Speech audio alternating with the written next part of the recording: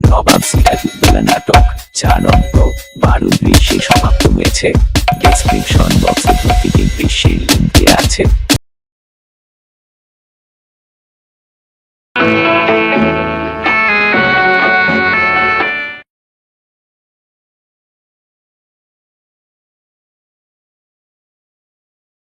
পলাশীর যুদ্ধে পরাজিত হয়ে আমাকে পালিয়ে আসতে হয়েছে।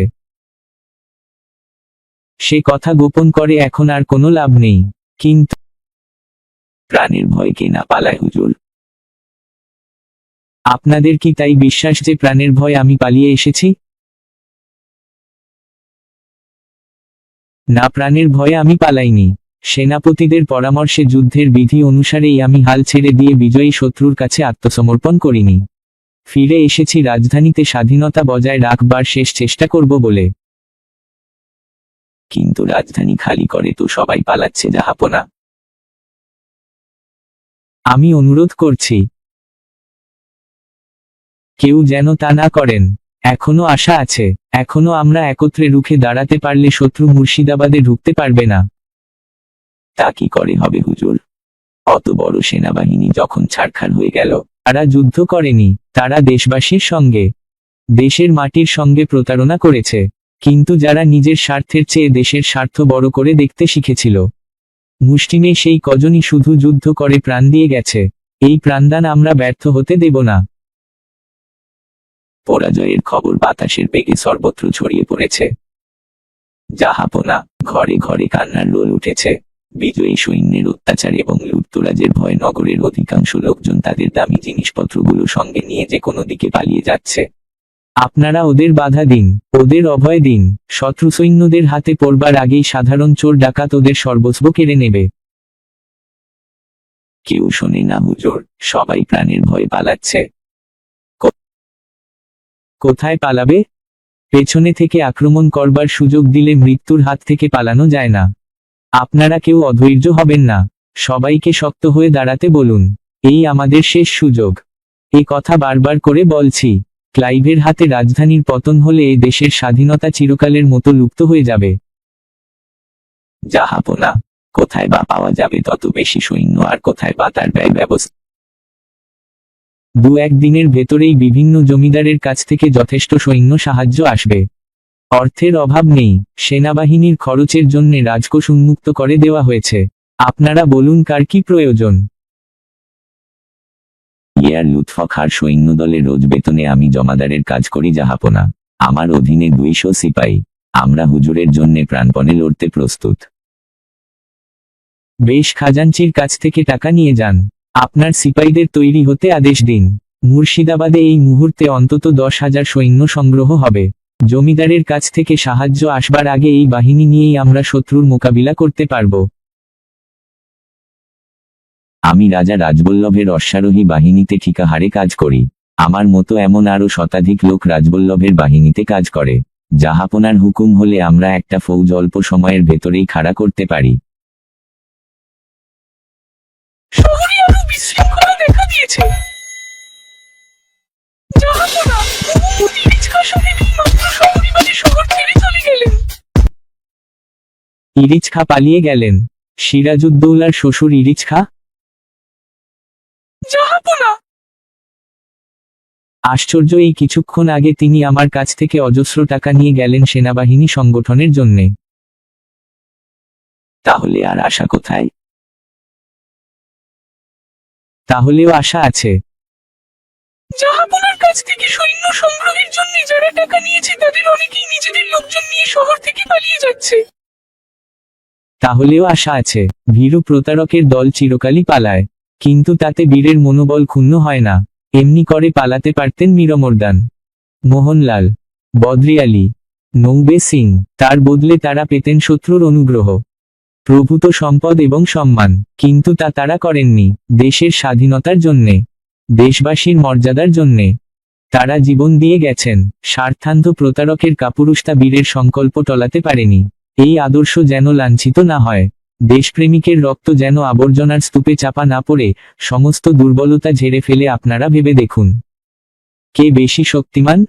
একদিকে দেশের সমস্ত সাধারণ মানুষ, অন্যদিকে মুষ্টিমেয় কয়েকজন বিদ্রোহী, তাদের হাতে অস্ত্র আছে, আর আছে ছলনা এবং স্বার্থ। অস্ত্র আমাদেরও আছে, কিন্তু তার চেয়ে যা বড়, সবচেয়ে যা বড় আমাদের আছে সেই দেশপ্রেম এবং স্বাধীনতা রক্ষার সংকল্প। এই অস্ত্র নিয়ে আমরা কাপুরুষ দেশদ্রোহীদের অবশ্যই দমন করতে পারব। সাধারণ মানুষ তো যুদ্ধ কৌশল জানে না, হুজুর। তবু তাদের সংঘবদ্ধ হতে হবে।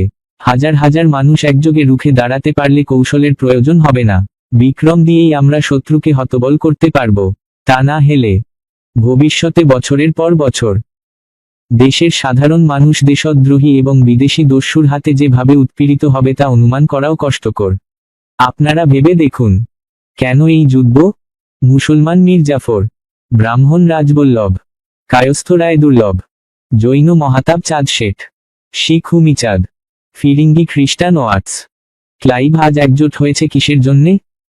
সিরাজউদ্দৌলাকে ধ্বংস করবার প্রয়োজন তাদের কেন এত বেশি? তারা চায় মসনদের অধিকার। কারণ তা না হলে তাদের ব্যক্তিগত স্বার্থ রক্ষা হয় না। দেশের উপরে অবাধ লুটতরাজের একচেটিয়া অধিকার তারা পেতে পারে না সিরাজউদ্দৌলা বর্তমান থাকতে। একবার সে সুযোগ পেলে তাদের আসল চেহারা আপনারা দেখতে পাবেন। বাংলার ঘরে ঘরে হাহাকারের বন্যা বইয়ে দেবে মির্জাফর ক্লাইভের লুণ্ঠন অত্যাচার। কিন্তু তখন আর কোনো উপায় থাকবে না। তাই সময় থাকতে একযোগে মাথা তুলে দাঁড়ান, আপনারা অবশ্যই জয়লাভ করবেন। কিন্তু জাহাপনা, সৈন্য পরিচালনার যোগ্য সেনাপতিও তো আমাদের নেই। সেনাপতি মোহনলাল বন্দী হয়েছেন। জাহাপনা, মোহনলাল বন্দী হয়েছে? তাহলে আর কোনো আশা নেই, কোনো আশা নেই, কোনো আশা নেই। মোহনলাল বন্দী? তাহলেও কোনো ভয় নেই। আপনারা হাল ছেড়ে দেবেন না। আমার পাশে এসে দাঁড়ান, আমরা শত্রুকে অবশ্যই রুখব। সবাই চলে গেলেন নবাব। লুৎফা, তুমি এই প্রকাশ্য দরবারে কেন?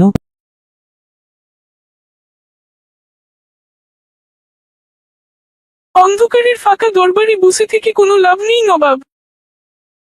কেউ নেই, কেউ আমার সঙ্গে দাঁড়ালো না। লুৎফা, দরবার ফাঁকা হয়ে গেল। তবু ভেঙে পড়া চলবে না জাহাপনা। এখান থেকে যখন হলো না তখন যেখানে আপনার বন্ধুরা আছেন সেখান থেকেই বিদ্রোহীদের শাস্তি দেবার আয়োজন করতে হবে। যেখানে আমার বন্ধুরা আছেন? হ্যাঁ, আপাতত পাটনায় যেতে পারলে একটা কিছু করা যাবে। তাহলে আর বিলম্ব নয় জাহাপনা, এখনই প্রাসাদ ত্যাগ করা দরকার। হ্যাঁ, তাই যাই। আমি তার আয়োজন করে ফেলেছি। কি আর আয়োজন লুৎফা? 2-3 জন বিশ্বাসী খাদেম সঙ্গে থাকলেই যথেষ্ট। তোমরা প্রাসাদেই থাকো, আবার যদি ফিরি দেখা হবে।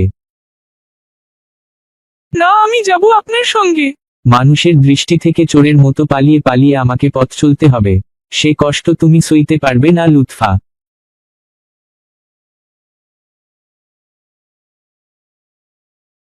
পারবো, আমাকে পারতেই হবে। বাংলার নবাব যখন পরীর সাহায্যের আশায় লালায়িত, তখন আমার কিসের অহংকার? মৃত্যু যখন আমার স্বামীকে কুকুরের মতো তাড়া করে ফিরছে তখন আমার কিসের কষ্ট? আমি যাব, আমি সঙ্গে যাব। তুমি বুঝতে চেষ্টা করো লুৎফা, এই পথে আমাকে একা চলতে হবে।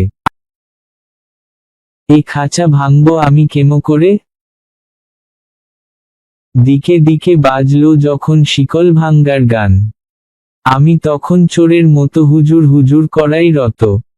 চাচা আপন বাঁচা বলে বাঁচিয়েছি প্রাণ, আসলে ভাই একা একা বাঁচার নামে আছি মরে। এই খাঁচা ভাঙবো আমি কেমন করে?